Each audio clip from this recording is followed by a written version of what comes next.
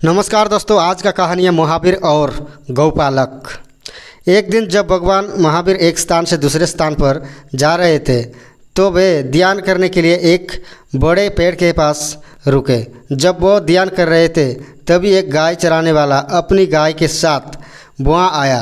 उससे गाय की देखभाल के लिए किसी की ज़रूरत थी ताकि वो कुछ काम चला सके। उन्होंने महावीर स्वामी से पूछा कि क्या वो कुछ घंटों के लिए गाय की देखभाल करेंगे।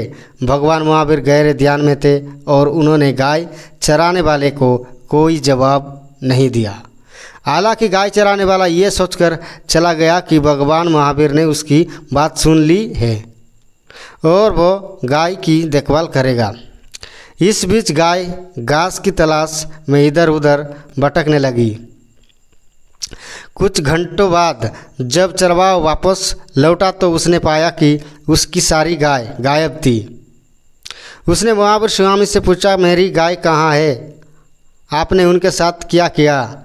भगवान महावीर अभी भी ध्यान में थे और उन्होंने कोई जवाब नहीं दिया।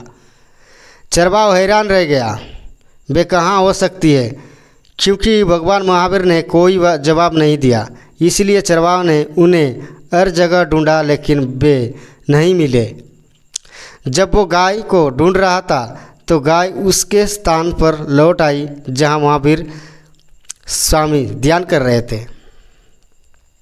जब गाय चराने वाला वापस आया तो वो आश्चर्यचकित रह गया। उसकी सभी गाय भगवान महावीर के पास खड़ी थी। महावीर स्वामी अभी भी ध्यान में थे। गाय चराने वाले भगवान महावीर से बहुत क्रोधित हुआ क्योंकि उससे लगा कि भगवान महावीर उसकी गाय को छुपा रहे हैं। इसलिए उसने अपनी रस्सी निकाली और उसने महावीर स्वामी को कोड़े मारने ही वाले थे। तभी स्वर्ग से एक देवदूत नीचे आया और रस्सी पकड़ ली। देवदूत ने पूछा, क्या तुम नहीं देख सकते कि भगवान महावीर गहन ध्यान में है? लेकिन उसने मुझे धोखा दिया, गाय चराने वाला ने कहा। देवदूत उत्तर दिया, वो एक भगवान है, उससे इस संसार में तुम्हारी गाय की और किसी बात की परवाह नहीं है। वो ध्यान में था और उसने आपकी बात नहीं सुनी। उसने आपकी गाय के साथ कुछ नहीं किया। उससे चोट पहुंचाने के लिए तुम्हें बुरे कर्म मिलेंगे। ग्वाले को एहसास हुआ कि उसने गलती हो गई है। उसने भगवान महावीर से क्षमा मांगी और चुपचाप चला गया। तब देवदूत ने भगवान महावीर को प्रणाम किया और निवेदन किया, आओ भगवान, मैं आपकी सेवा में रहना चाहूँगा क्योंकि आपको अपनी आध्यात्मिक यात्रा के दौरान कोई कठिनाई से गुजरना होगा।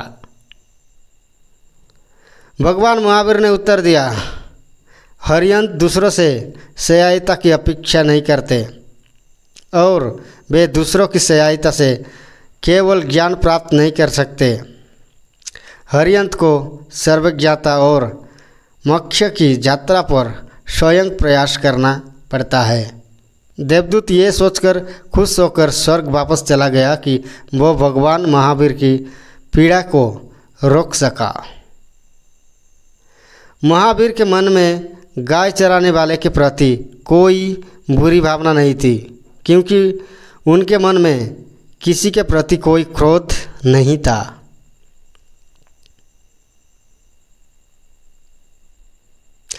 मुख्य संदेश यानी कि यहाँ से हमको क्या सीख मिलती है? हमें जल्दबाजी में निर्णय नहीं लेना चाहिए क्योंकि हम गलत हो सकते हैं। कार्य करने से पहले और दृष्टिकोण से सोचना चाहिए कि दूसरे हमें भी किसी भी कारण से किसी को ठेस नहीं पहुंचानी चाहिए और क्रोध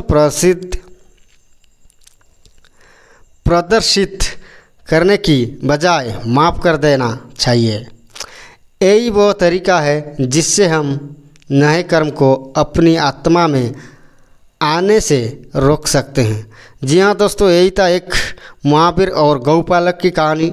अगर आपको अच्छा लगा तो वीडियो को ज़्यादा से ज़्यादा शेयर कीजिए और लाइक कीजिए।